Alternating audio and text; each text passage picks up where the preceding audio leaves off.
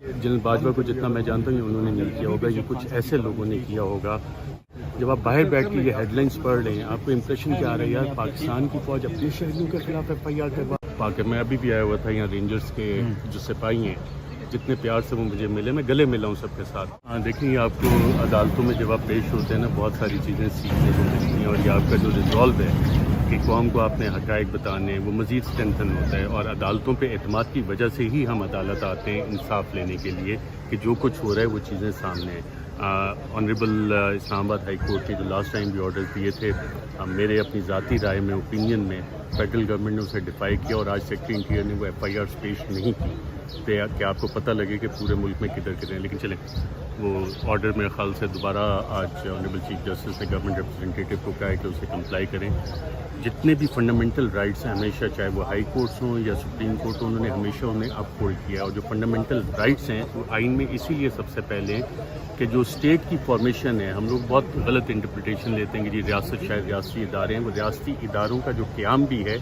وہ لوگوں کی منشا سے، جب آپ پریمبل ٹو دا کانسٹیٹیوشن پڑھتے ہیں نا، it's an order establish by the will of the people of the Pakistan. تو فنڈامنٹل رائٹس اسی لیے پہلے رکھے گئے جس میں فریڈم آف اسپیچ، ایکسپریشن اور پریس سب سے آرٹیکل 1990 میں موجود ہے۔ Article 10 right to fair trial دیتا ہے۔ عدالتیں ہمیشہ اس کا دفاع کرتی ہیں، اسے اپ ہولڈ کرتی ہیں۔ دیکھیں اس میں دو چار چیزیں، پاکستان میں جو اس وقت نظام چل رہا ہے اوور دا لاسٹ 75 ایئرس، اس نظام میں کافی تبدیلی آ رہی ہے، اور جب کسی بھی نظام میں تبدیلی آ رہی ہوتی ہے تو یہ تمام چیزیں ہوتی ہیں، اور یہ آج پہلی دفعہ ہم یہ چیز نہیں دیکھ رہے، اس سے پہلے بھی دیکھتے رہیں، اور اگر آپ تاریخ کا مطالعہ کریں تو آپ کو تاریخ میں یہ تمام چیزیں نظر آتی ہیں۔ جو سوسائٹیز کی ایولیوشن ہوتی ہے، جو ڈیموکریٹک سوسائٹیز کی ٹرانزیشن ہوتی ہے، ایولیوشن ہوتی ہے، یہ سب اس کا ایک حصہ ہوتا ہے۔ پچھلے 75 سال میں جو ناخن ہے نا وہ عوام کے بالکل گوشت کے اندر سسٹم نے گاڑے ہوئے ہیں، اور اب جب وہ ناخن باہر Imran Khan, P T I یا پاکستان کے لوگ اس کی بات کر رہے ہیں، فنڈامنٹل رائٹس کی بات کر رہے ہیں، اسے نکالنے کی چیخوں کی آواز تو ہم نے آپ کے سارے وہ شوز دیکھے ہوئے ہیں ٹی وی کے اوپر، جب آپ سرحدوں پر جا کر جو ہے وہ پاکستان کی آرمی کو کور کرتے تھے، ڈیفینڈ کرتے تھے ہر محاذ پر جا کر ہر مشکل وقت میں۔ ایسا صحافی غدار کیسے ہو سکتا ہے؟ لیکن غداری کا سچ مقدمہ نہیں ہے جب آپ 505 کو دیکھتے ہیں، اور آج بھی میں ابھی بھی آیا ہوا تھا یہاں رینجرز کے جو سپاہی ہیں، جتنے پیار سے وہ مجھے ملے، میں گلے ملا ہوں سب کے ساتھ۔ پاکستان کے دفاع کے لیے اگر میری جان کی بھی ضرورت ہے وہ حاضر ہے، میں دوبارہ بھی اگر یہ ضرورت پڑی تو یہ کام کروں گا۔ As a journalist that's part of my job, part of my duty. نہ میں کسی پہ احسان کر رہا ہوں نہ کچھ۔ جو قربانیاں ہمارے جوان دیتے ہیں جتنی سخت مشکل میں،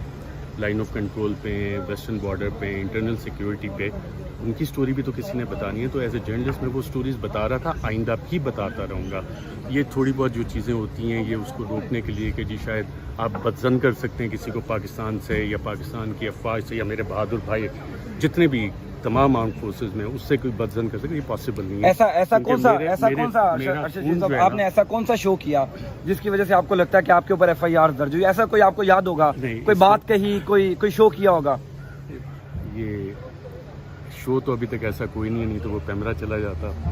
ابھی تک ایسی کوئی ٹویٹ بھی نہیں ہے جس کے اوپر آپ کچھ کر سکتے۔ ایک مطیع اللہ جان کے ساتھ یہیں پہ چلتے پھرتے بات چیت نہیں، لیکن اس سے پہلے ایف آئی آر تو ہو چکی تھی آپ کو؟ نہیں، مطیع اللہ جان کے ویلاگ کے بعد یہ سارا سلسلہ شروع ہوا تھا، اور جو غالباً حیدرآباد والی ایف آئی آر ہے اس میں اسی شو کا